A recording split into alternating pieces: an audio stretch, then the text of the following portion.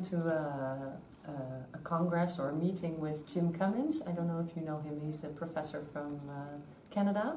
Mm-hmm. And he did a lot of work on multilingualism.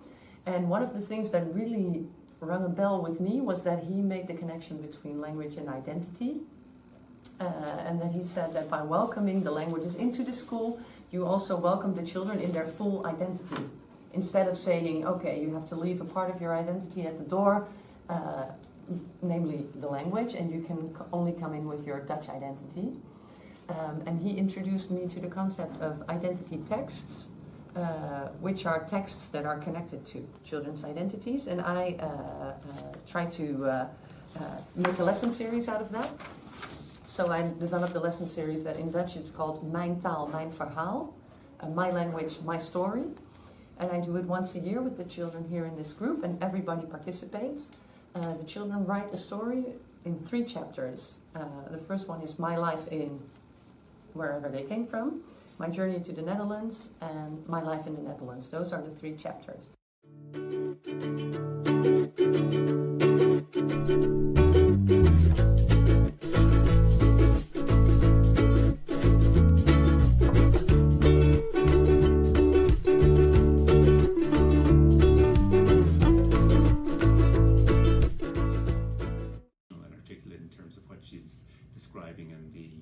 Change in student behavior that her teaching has brought about, and there's quite a number of things that she highlighted.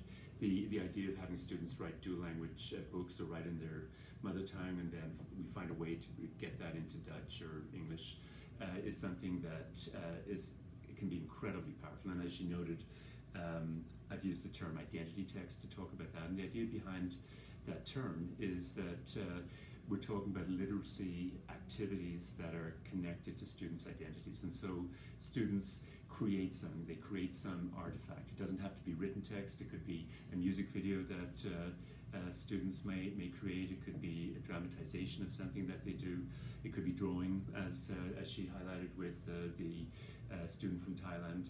And once what students have created is out there, once it's a product, once it's an artifact, then it holds a mirror up to students in which their identities are reflected back in a positive light.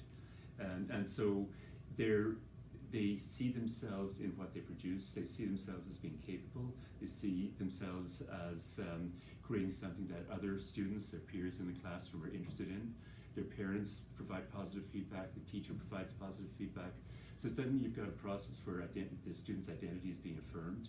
And so they go from the status of being the Dutch as a second language student or the English as a second language student, where they're in a way captured or trapped in that cocoon of an identity that where people only see that student who's limited in the language of the schooling, and they're defined by what they lack.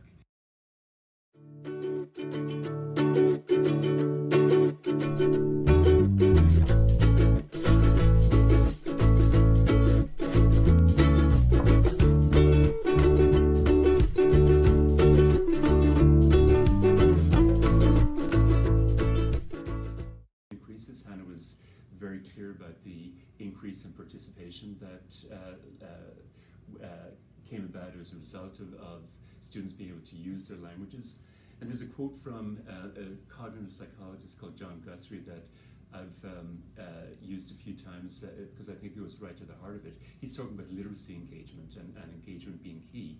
And there's a huge amount of research showing that the major determinant of reading comprehension skills is the extent to which kids actually get engaged with literacy.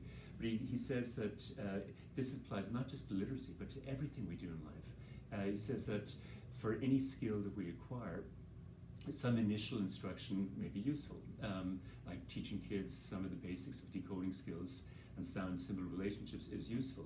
But after that, expertise spirals upward with engaged participation.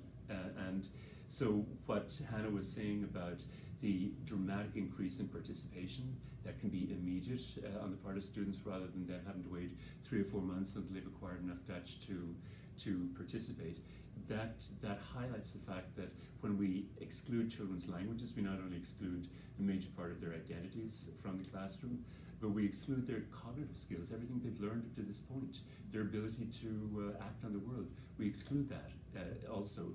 But when we allow them to use their linguistic and cognitive talents, they're able to participate, and expertise spirals upward with engaged participation. And so we're talking about cognitive development happening, we're talking about far more exposure to Dutch that they can make sense of, or English as the case may be in a Canadian context. And we're talking about a dramatically different sense of both competence and confidence that children develop as a result of a very simple change. It doesn't cost any more money. This is just simply a small change in how the teacher sees her role or his role, and the way they position students in terms of who they are and what they're bringing to the classroom.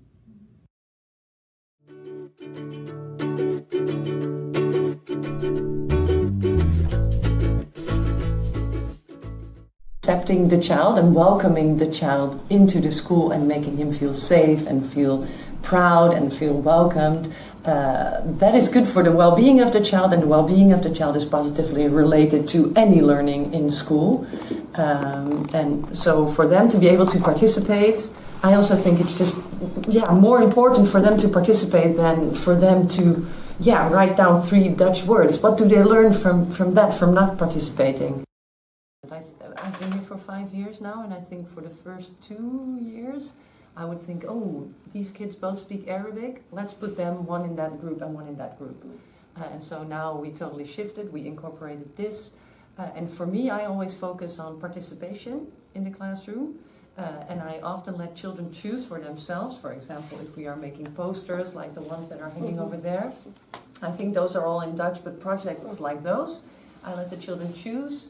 You can draw, you can write, and when you write you can choose, it can be in Dutch, it can be in your mother tongue, it can be in English, it can be in a mix, but as long as you can participate.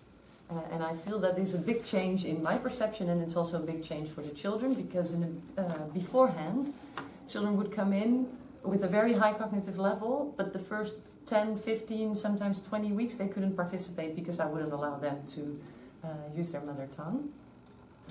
So that's a big change.